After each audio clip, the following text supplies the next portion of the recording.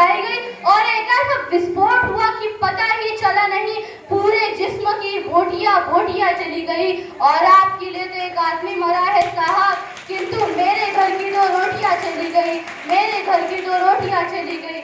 ये वाले हालात हो जाने के बावजूद भी एक माँ अपने बेटे को सड़क पर दुश्मनों की धज्जियां उड़ाने के लिए भेजा करती थी और पत्र लिखा करती थी कि माँ ने खत लिखा है बड़े ही चाव से, पुत्र मेरे ना घबराना, एक इंच भी पीछे ना हटना, चाहे इंच इंच कट जाना, चाहे इंच इंच कट जाना। इस तरह पूरा परिवार अपनी देशभक्ति साबित कर रहा होता था।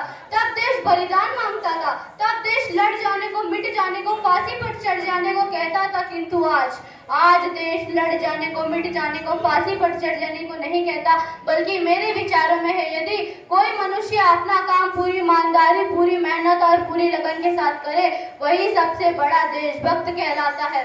मैं नहीं मानती कि फेसबुक और व्हाट्सएप की डीपी को 3 रंगों में रंगना ही देशभक्ति है। अगर आप कहें कि साल में 2 बार हाथ में तिरंगा लेना देशभक्ति है, तो मैं पूछना चाहूंगी, फुटपाथ पर वो रहने वाला बच्चा ट्रैफिक की छांव में नंगे पांव जब तिरंगा बेच रहा होता है, तब क्या आप उसकी देशभक्ति कहेंगे? यह उसकी देशभक्ति नहीं, भूख की शक्ति है जो उसे ऐसा करने पर मजबूर करती है। क्योंकि ना मस्जिद को जानते हैं, ना शिवालों को जानते हैं, ना मस्जिद को जानते हैं, ना शिवालों को जानते हैं। जो पेट के भूखे होते हैं ना, वो सिर्फ भोजन की दीवारों को जानते हैं। अपने परिवार, अपने समाज, अपने देश के भार का भार है समर्पण, देशभक्ति। और हर एक देशद्रोही के जीवन में आने वाला तूफान है देशभक्ति, ताकि हर एक दिन एक देशद्रोही समझ सके, अगर तू परिंदा है तो ये आसमान तेरा है, अगर तू दरिंदा है तो ये शमशान तेरा है। भाईचारे से रहना है तो रह इस जमीन पर, वरना ये कब्र भी तेरा है और ये कब्रिस्तान भी तेरा है।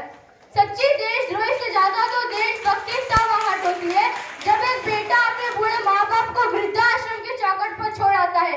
करा उठती है ये देशभक्ति जब मुसीबत के वक्त लोगों की जान बचाने से ज्यादा हम सेल्फी लेकर अपनी लाइफ बढ़ाने में लगे होते हैं।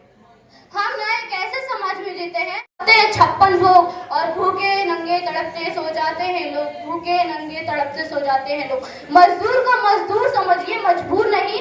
गरीब को काम दीजिए, दान नहीं। अगर दान देने के इतने ही उत्सुक है तो जीते जी रक्त दान दीजिए और मरने के बाद अंग दान देकर किसी मरते हुए को जीवन दान दीजिए। हमें बड़ी बड़ी बातें ही पत्थरों से लगा करती है।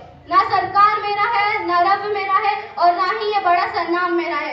बस इतनी सी बात का गुरूर है मुझे कि मैं भारत की हूँ और ये भारत मेरा है, और ये भारत मेरा है। और मैं सैल्यूट करना चाहूंगी दिन रात रक्षा के लिए खड़े हर उस नौजवान को, पुलिस प्रशासन को और देश के किसानों को और देश के हर उस व्यक्ति को जो अपना काम पूरी ईमानदारी, पूरी मेहनत और पूरी लगन के साथ करते हैं।